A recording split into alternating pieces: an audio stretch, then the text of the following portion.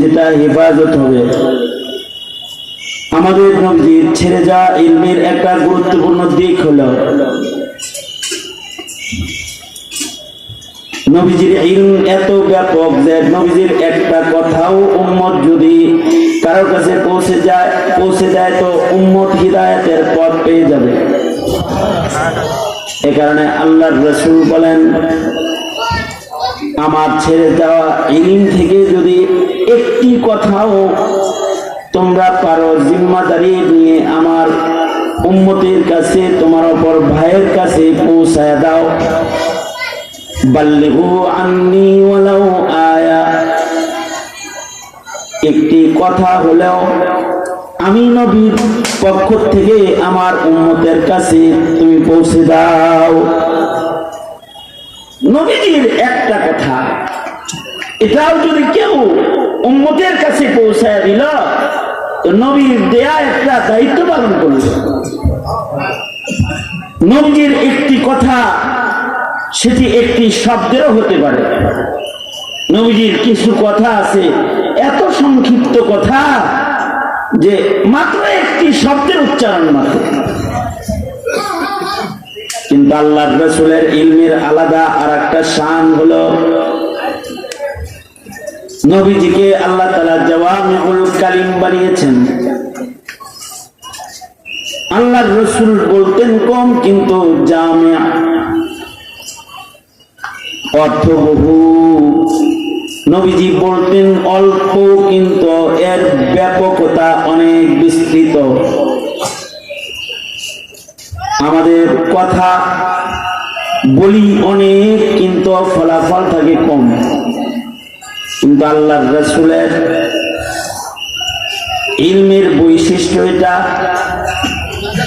নবীজি বলতেন কম কিন্তু নবীজির একটা কথার নিজ দিয়ে ইলমের দরিয়া, আদর্শের সাগর প্রবাহিত হতো। এটা আল্লাহর রাসূলের শান যে আল্লাহর নবীকে আল্লাহ তাআলা জাওয়ামিউল কালিমের শান দান করেছেন।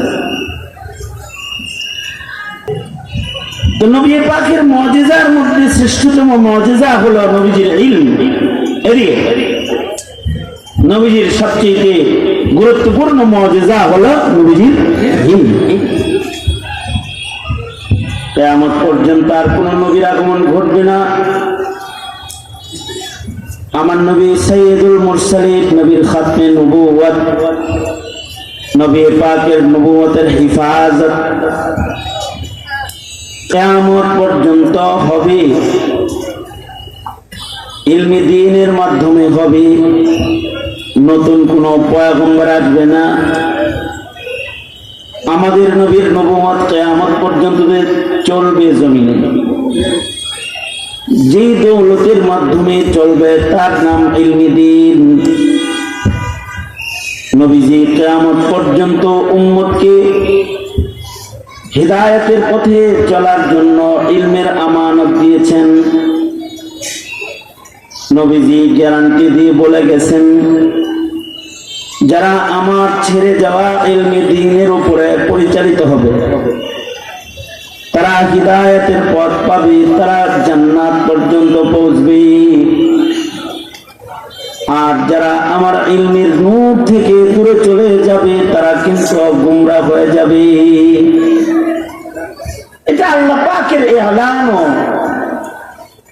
এ কারণে আল্লাহ পাক এই ইলমের হেফাজতের জিম্মাদারি হাবিবের সম্মানে, হাবিবের রেখে যাওয়া ইলম হেফাজতের জিম্মাদার আল্লাহ তাআলা নিজে হয়েছেন। আমাদের নবীজির পূর্বে যত নবী আসছে তাদের ইলম হেফাজত হয় না, কিন্তু আমাদের নবীজির রেখে যাওয়া ইলম হেফাজত হবে কিয়ামত পর্যন্ত। ইন্না নাহনু নাযালনা যিকরা ওয়া ইন্না লাহু লাহাফিজুন। হেফাজত করবেন কে? আওয়াজ করে বলুন, হেফাজত করবেন কে? আল্লাহ তাআলা নিজেই হেফাজত করবেন। আমাদের নবীজির ইলম যেটা হেফাজত হবে, আমাদের নবীজির ছেড়ে যাওয়া ইলমের একটা গুরুত্বপূর্ণ দিক হলো নবীজির ইলম এত ব্যাপক যে নবীজির একটা কথাও উম্মত যদি কারোর কাছে পৌঁছে দেয় তো উম্মত হিদায়াতের পথ পেয়ে যাবে। এ কারণে আল্লাহর রাসূল বলেন, আমার ছেড়ে যাওয়া ইলম থেকে যদি একটি কথাও তোমরা পারো জিম্মাদারি নিয়ে আমার উম্মতের কাছে, তোমার অপর ভাইয়ের কাছে পৌঁছায় দাও। বাল্লিগু আন্নি ওয়ালাউ আয়া, একটি কথা হলেও আমি নবীর পক্ষ থেকে আমার উম্মতের কাছে তুমি পৌঁছে দাও। নবীজির একটা কথা, এটাও যদি কেউ উম্মতের কাছে পৌঁছায় দিল তো নবীর দেয়া একটা দায়িত্ব পালন করল। নবীজির একটি কথা সেটি একটি শব্দেরও হতে পারে। নবীজির কিছু কথা আছে এত সংক্ষিপ্ত কথা যে মাত্র একটি শব্দের উচ্চারণ মাত্র, কিন্তু আল্লাহর রাসূলের ইলমের আলাদা আর একটা শান হলো নবীজিকে আল্লাহ তাআলা জাওয়ামিউল কালিম বানিয়েছেন। আল্লাহর রাসূল বলতেন কম কিন্তু জামিয়া, অর্থবহু। নবীজি বলতেন অল্প কিন্তু এর ব্যাপকতা অনেক বিস্তৃত। আমাদের কথা বলি অনেক কিন্তু ফলাফল থাকে কম, কিন্তু আল্লাহর রাসূলের ইলমের বৈশিষ্ট্য এটা, নবীজি বলতেন কম কিন্তু নবীজির একটা কথার নিজ দিয়ে ইলমের দরিয়া, আদর্শের সাগর প্রবাহিত হতো। এটা আল্লাহর রাসূলের শান। আল্লাহর নবীকে আল্লাহ তাআলা জাওয়ামিউল কালিমের শান দান করেছেন। আমাদের স্বভাব হলো আমরা বেশি বলি, স্বভাব হলো শুনিও বেশি। যদি বলার সময় কম হয় তাতেও আমাদের হয় না, কম কিছু বললেও কম শুনে আমাদের তৃপ্তি হয় না। কিন্তু আল্লাহর রাসূলের শান, নবীজি বলতেন একেবারে ছোট করে, ছোট কথাগুলোই এত জামিয়া ছিল, সাহাবীরা ওই ছোট্ট কথা শুনেও তৃপ্ত হয়ে যেত। এই কারণে আল্লাহর রাসূলের কাছে সাহাবী এসে বইলেই ফেলতে এমন, আউসিনি ইয়া রাসূলুল্লাহ ওয়ালা তুকসির আলাইয়া, ও আল্লাহর নবী আপনি আমাকে উপদেশ দেন, আমাকে বলুন, আমাকে নসিহত করুন। ওয়ালা তুকসির আলাইয়া, নসিহতটা অনেক লম্বা করবেন না, ছোট করে নসিহত করুন। এটা সাহাবীর আবেদন। আবেদনের প্রেক্ষিতে আল্লাহর রাসূল ছোট করে নসিহত করেছেন। নবীজি বললেন লা তাগযাব, সাহাবী রাগ করো না, রাগকে কন্ট্রোল করো। বাস নবীজির নসিহত শেষ হয়ে গেল। সাহাবীও নবীজির এই ছোট্ট কথা শুনেই তৃপ্ত হয়ে বিদায় নিয়ে চলে গেল। নবীজি বললেন লা তাগযাব, এতটুকুন হলো নসিহত, লা তাগযাব। সাহাবী নবীজির ছোট্ট নসিহতে তৃপ্ত হয়ে চলে গেল। নবীজির এই ছোট্ট কথার ভিতরে কত নসিহত আছে। নবীজির এই ছোট্ট কথাটা এত ব্যাপক, কেউ যদি তার রাগকে শুধু কন্ট্রোল করে তাহলে তার জীবনের অর্ধেক গুনাহ থেকে বাঁচা তার জন্য সহজ হয়ে যায়। কারণ মানব জীবনে মানুষ যত গুনাহ করে সব গুনাহ দুই কারণে করে। মৌলিক গুনাহের উৎস দুইটা, একটা উৎস হলো মজা, স্বাদ, শাহওয়াত। মজার কারণে, শাহওয়াতের কারণে মানুষ গুনাহ করে। আর গুনাহের অপর উৎস হলো রাগ আর গুসা। মানব জীবনের অর্ধেক পাপ অর্ধেক গুনাহ মানুষ রাগের কারণে গুসার কারণে করে। মৌলিক ভাবে মানুষের দ্বারা সংগঠিত সকল পাপ গুনাহ দুই ভাগে ভাগ হবে। হয়তো গুনাহটা করেছে মজার কারণে, অথবা গুনাহটা করেছে রাগের কারণে। মানুষ মানুষকে গালি দিয়েছে রাগ করে, একটু আগে আমি ধমক দিছি রাগ করে, ধমকি দিয়েছে রাগ করে। মানুষ মানুষের মাথায় ডান্ডা মেরেছে রাগ করে। সন্তান বাবার সাথে বেয়াদবি করেছে রাগ কন্ট্রোল না হওয়ার কারণে। ছাত্র শিক্ষককে তুচ্ছ-তাচ্ছিল্য করেছে তার রাগ কন্ট্রোল না থাকার কারণে। বাবা সন্তানকে ত্যায্য করে ঘর থেকে বের করে দিয়েছে রাগ কন্ট্রোল না হওয়ার কারণে। উস্তাদ ছাত্রকে অতিরিক্ত শাসন করেছে রাগ কন্ট্রোল না হওয়ার কারণে। বিবি তার স্বামীর সাথে বেয়াদবি করে ফেলেছে, স্বামীকে ছেড়ে বাবার বাড়ি চলে গেছে রাগ কন্ট্রোল না হওয়ার কারণে। স্বামী তার অর্ধাঙ্গিনীকে একসাথে 3 তালাক দিয়ে মুগাল্লাজা হালাত কায়েম করেছে রাগ কন্ট্রোল না হওয়ার কারণে। মিথ্যা মামলা করেছে রাগের কারণে করেছে। একজন আরেকজনের বাড়িতে আগুন দিছে রাগের কারণে দিছে। একজন আরেকজনকে ক্ষতি করেছে, মিথ্যা মামলা করেছে রাগের কারণে করেছে। অথবা একজন আরেকজনের খুন করে ফেলেছে, গুলি করেছে, খুন করেছে, রক্তাক্ত করেছে রাগের কারণে করেছে। এই যে মানব জীবনের রাগ গুসা, এটা যদি কন্ট্রোল না হয় তাহলে মানুষের জীবনে অর্ধেক গুনাহ সংঘটিত হয়। আল্লাহর রাসূল সাহাবীকে বললেন, লা তাগদাব, রাগ করো না, রাগ কন্ট্রোল করো। কারণ রাগ যদি কন্ট্রোল হয়ে যায় তাহলে অর্ধেক গুনাহ থেকে বাঁচার শক্তি অর্জন হয়ে যায়।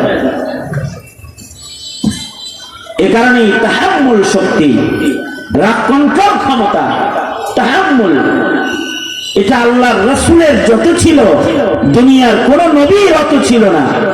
আমাদের নবী আলাইহিস সালাতু ওয়াস সালামের তাহাম্মুল শক্তিকে, রাগ কন্ট্রোল শক্তিকে যদি একদিকে রাখা হয় আর দুনিয়ার সব নবীর সবর আর তাহাম্মুল যদি অপর দিকে রাখা হয়, আমাদের নবীজির তাহাম্মুল রাগ কন্ট্রোল ক্ষমতা সকল নবীর তাহাম্মুলের চেয়ে অনেক বেশি ভারী হয়ে যাবে। এটাও নবীজির শান। এ কারণে বড় আলেম যারা, তাদের সবর তাহাম্মুল বেশি। বড় আলেম না খালি, একজন ছোট আলেমেরও সবর তাহাম্মুল বেশি। নায়েবে নবী, মুয়াজ্জিন সাহেব, ইমাম সাহেব, তাদের সবর আর তাহাম্মুল বেশি। ইমাম মুয়াজ্জিনদের সবর তাহাম্মুল বেশি হওয়ার কারণে প্রতিপারা দিলে সূরা ফাতিহা বের হবে না এমন মূর্খ লোকেও ইমামকে ধমকি দেয়। ইমাম মুস্কি মুস্কি হাসে তার তাহাম্মুল শক্তির কারণে, কিছু বলে না। তাদের সবর তাহাম্মুল বেশি। এ কারণেই মাসে 300 টাকা 500 টাকা চাঁদা দিয়া কমিটির সদস্য হয়ে নায়েবে নবীকে কখনো কখনো অপমান করে মসজিদ থেকে বের করে দেয়। ইমাম সাহেব চোখের পানি ফেলতে ফেলতে ইজ্জত নিয়ে চলে যায়। তাহাম্মুল বেশি, সবার সামনে ঝগড়ায় বিবাদে লিপ্ত হয় না। তাহাম্মুল বেশি।